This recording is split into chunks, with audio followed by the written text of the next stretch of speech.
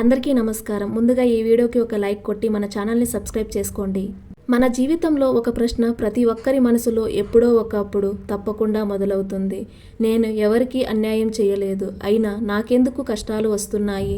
ఇంకొకరు అంటారు, చాలా తప్పులు చేసిన వాళ్ళు సుఖంగా జీవిస్తున్నారు, నిజాయితీగా ఉన్న వాళ్ళు మాత్రం ఇబ్బందులు పడుతున్నారు.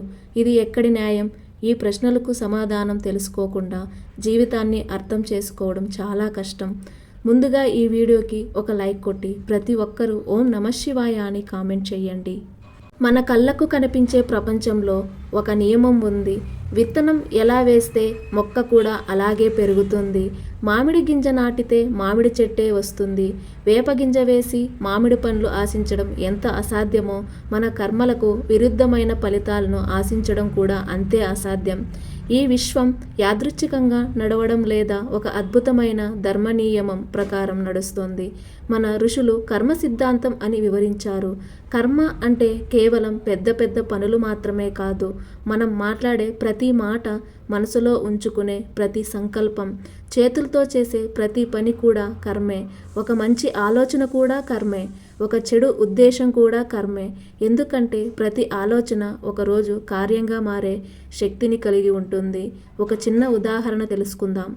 మీరు ఒక కొండ ప్రాంతంలో నిలబడి గట్టిగా అరిస్తే కొద్దిసేపటి తర్వాత అదే శబ్దం మీ దగ్గరకు తిరిగి వస్తుంది. మీరు సంతోషం అని అరిస్తే అదే వినిపిస్తుంది, దుఃఖం అని అరిస్తే అదే తిరిగి వినిపిస్తుంది. కొండ మీ మాటను మార్చదు, మీరు పంపింది మీకే తిరిగిస్తుంది.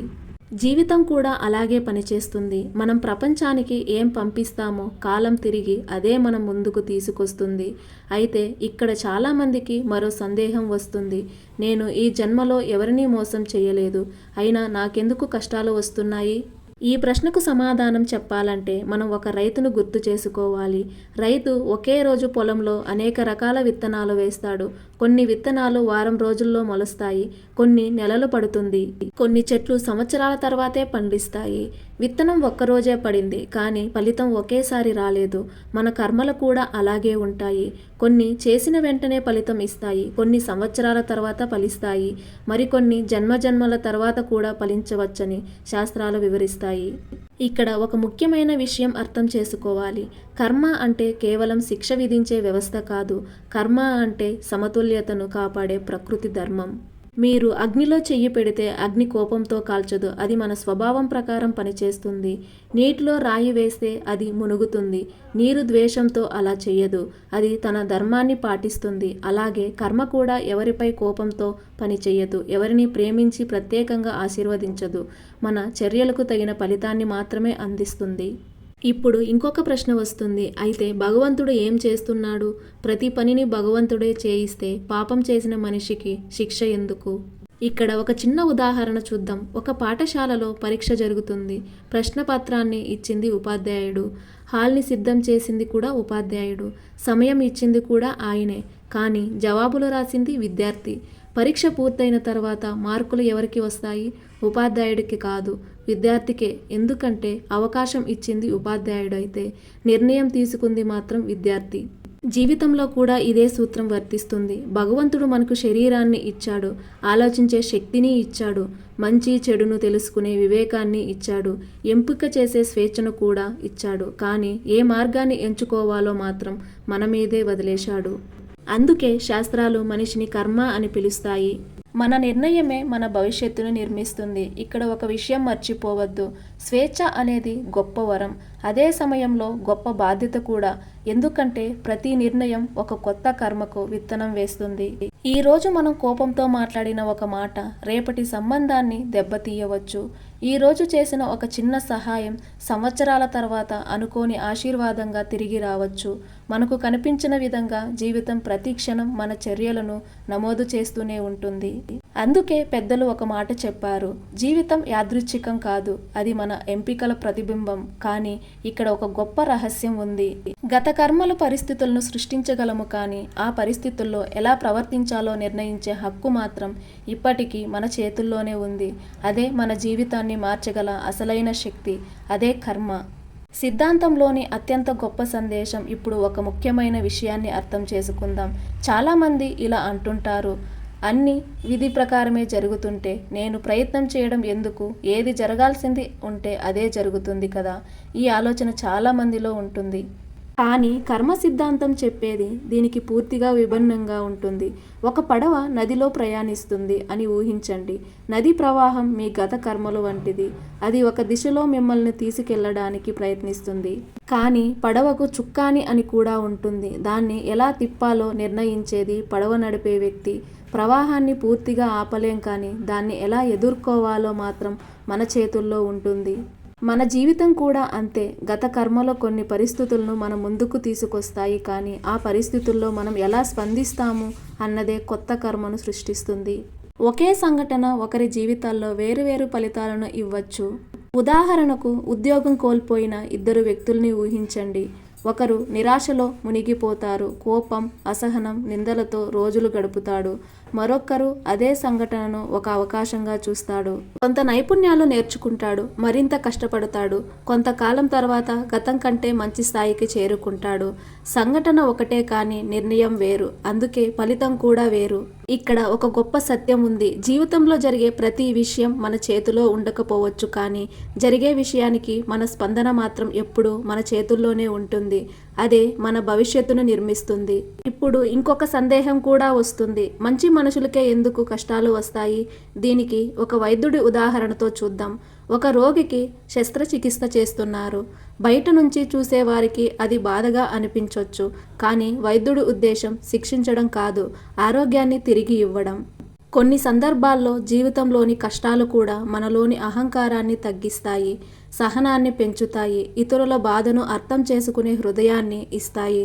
అందుకే ప్రతి బాధ శాపం కాదు, కొన్ని బాధలు మన జీవితానికి కొత్త దిశను చూపించే గురువుగా మారుతాయి. అలాగే ప్రతి సుఖం కూడా వరం కాదు. కొన్నిసార్లు అధిక సుఖం మనిషిని నిర్లక్ష్యానికి, గర్వానికి, అజాగ్రత్తకు కూడా నెగ్లెక్ట్ చేయవచ్చు. కాబట్టి సుఖం వచ్చినప్పుడు వినయం అవసరం, కష్టం వచ్చినప్పుడు ధైర్యం అవసరం. ఈ రెండిటిని సమంగా స్వీకరించగలిగిన వాడే నిజమైన జ్ఞాని. ఇప్పుడు ఇంకొక ముఖ్యమైన విషయం ఏమిటంటే, కర్మ అంటే కేవలం శిక్షలు, బహుమతులు మాత్రమే కాదు. కర్మ మన అలవాటులను కూడా నిర్మిస్తుంది. ప్రతిరోజు ఒక మంచి పని చేస్తే కొంతకాలానికి అది మన స్వభావంగా మారుతుంది. ప్రతిరోజు అబద్ధం చెప్తే వ్యక్తికి అబద్ధం చెప్పడం సహజమైపోతుంది. ప్రతిరోజు నిజం మాట్లాడితే వ్యక్తికి నిజాయితీ సహజమైపోతుంది. మనం పదే పదే చేసే పనులే మన వ్యక్తిత్వాన్ని నిర్మిస్తాయి. అందుకే చిన్న నిర్ణయాలను ఎప్పుడూ తక్కువగా అంచనా వేయకూడదు. ఒక చుక్క నీరు పెద్ద రాయిని ఒక్క రోజులో చెక్కదు, కానీ వేలసార్లు పడితే రాయిలో కూడా గుర్తుపడుతుంది. అలాగే చిన్న మంచి పనులు కూడా మన జీవితాన్ని నెమ్మదిగా మార్చడం ప్రారంభిస్తాయి. ఒక చిరునవ్వు, ఒక మంచి మాట, ఒక సహాయం, ఒక క్షమాపణ, ఒక కృతజ్ఞత, ఇది చిన్నవిగా కనిపించిన భవిష్యత్తులో గొప్ప మార్పులకు విత్తనాలు అవుతాయి. ఇప్పుడు ఒక ప్రశ్న, మనం గతంలో తప్పులు చేసి ఉంటే వాటి నుండి బయటపడే మార్గం లేదా? ఉంది, ఖచ్చితంగా ఉంది. ఎందుకంటే కర్మ సిద్ధాంతం నిరాశను కాదు, బాధ్యతను నేర్పిస్తుంది. ఈ క్షణం నుంచి మంచి నిర్ణయాలు తీసుకోవడం ప్రారంభిస్తే కొత్త భవిష్యత్తుని నిర్మించవచ్చు. చీకటి గదిలో సంవత్సరాలుగా వెలుగు లేకపోయినా ఒక చిన్న దీపం వెలిగితే చీకటి వెంటనే తగ్గడం మొదలవుతుంది. అలాగే మంచి ఆలోచనలు, మంచి మాటలు, మంచి పనులు మన జీవితంలోని పాత చీకట్లను క్రమంగా తొలగించడం ప్రారంభిస్తాయి. భగవంతుడు మన గతాన్ని మార్చకపోవచ్చు, కానీ మనకు కొత్త అవకాశం మాత్రం ప్రతిరోజు ఇస్తూనే ఉంటాడు. ప్రతి ఉదయం ఒక కొత్త ఆరంభం, ప్రతి శ్వాస ఒక కొత్త అవకాశం, ప్రతి మంచి నిర్ణయం ఒక కొత్త కర్మ. అందుకే ఈరోజు తీసుకున్న ఒక మంచి నిర్ణయం రేపటి జీవితాన్ని పూర్తిగా మార్చే శక్తి కలిగి ఉంటుంది. జీవితం మనపై జరిగేది కాదు, మన నిర్ణయాలతో రూపుదిద్దుకునే ప్రయాణం. ఆ ప్రయాణంలో భగవంతుడు మనకు దారి చూపిస్తాడు, ధర్మం దిశను చూపిస్తుంది, కానీ అడుగులు వేయాల్సింది మాత్రం మనమే. అదే మనిషికి లభించిన అత్యంత విలువైన వరం. ఇప్పుడు చివరగా ఒక ప్రశ్న గురించి ఆలోచిద్దాం. మన జీవితంలో ఎదురయ్యే ప్రతి సంఘటన వెనుక కర్మ ఉంటే భగవంతుని పాత్ర ఏంటి? ఈ ప్రశ్నకు సమాధానం చాలా అందమైనది. ఒక తండ్రి తన బిడ్డకు నడక నేర్పిస్తున్నాడని ఊహించండి. బిడ్డ మొదటి అడుగు వేస్తాడు, తడబడతాడు, కొన్నిసార్లు పడిపోతాడు కూడా. తండ్రి ప్రతి అడుగును తనే వేయడు, కానీ బిడ్డ పడిపోయినప్పుడు లేపడానికి మాత్రం ఎప్పుడూ సిద్ధంగా ఉంటాడు. భగవంతుని కృప కూడా ఇలాంటిదే. మన స్థానంలో మనం చేసే నిర్ణయాలను ఆయన తీసుకోడు. ఎందుకంటే మనకు వివేకం, స్వేచ్ఛ, ధర్మాన్ని అనుసరించే శక్తి ఇచ్చాడు. కానీ మనం నిజాయితీతో ఆయన వైపు ఒక అడుగు వేస్తే ఆయన మన జీవితంలో 100 అడుగులు ముందుకు వచ్చి నిలబడతాడని మహానీయులు చెప్పారు. అందుకే ప్రార్థన అంటే కేవలం కోరికల జాబితా కాదు. ప్రార్థన అంటే మన హృదయాన్ని పరిశుద్ధం చేసుకునే మార్గం. భక్తి అంటే కష్టాలు లేకుండా జీవించడం కాదు, కష్టాల్ని ఎదుర్కొనే ధైర్యాన్ని పొందడం. ధర్మం అంటే ప్రపంచాన్ని మార్చడం కాదు, ముందుగా మనల్ని మనం మార్చుకోవడం. చాలామంది ఇలా అంటుంటారు, నా జీవితంలో చాలా తప్పులు చేశాను, ఇప్పుడు ఆలస్యం అయిపోయిందా అని. ఎప్పటికీ కాదు. ఎందుకంటే ప్రతి సూర్యోదయం ఒక కొత్త ఆరంభం, ప్రతి శ్వాస ఒక కొత్త అవకాశం, ప్రతి మంచి నిర్ణయం ఒక కొత్త కర్మ. అందుకే ఈరోజు తీసుకున్న ఒక మంచి నిర్ణయం రేపటి జీవితాన్ని మాత్రమే కాదు, మన చుట్టూ ఉన్న ప్రపంచాన్ని కూడా కొద్దిగా అయినా మరింత మంచిగా మార్చగలదు. ధర్మాన్ని నమ్మండి, మంచిని ఆచరించండి, భగవంతునిపై విశ్వాసం ఉంచండి. మిగతాదంతా కాలం సరైన సమయంలో తన సమాధానాన్ని తప్పకుండా ఇస్తుంది. ఈ వీడియో మీకు నచ్చినట్లయితే ఒక లైక్ కొట్టి మన ఛానల్ని సబ్స్క్రైబ్ చేసుకుని మీకున్న ధర్మ సందేహాలకు మాకు కామెంట్ ద్వారా తెలియజేయండి. ఓం నమః శివాయ.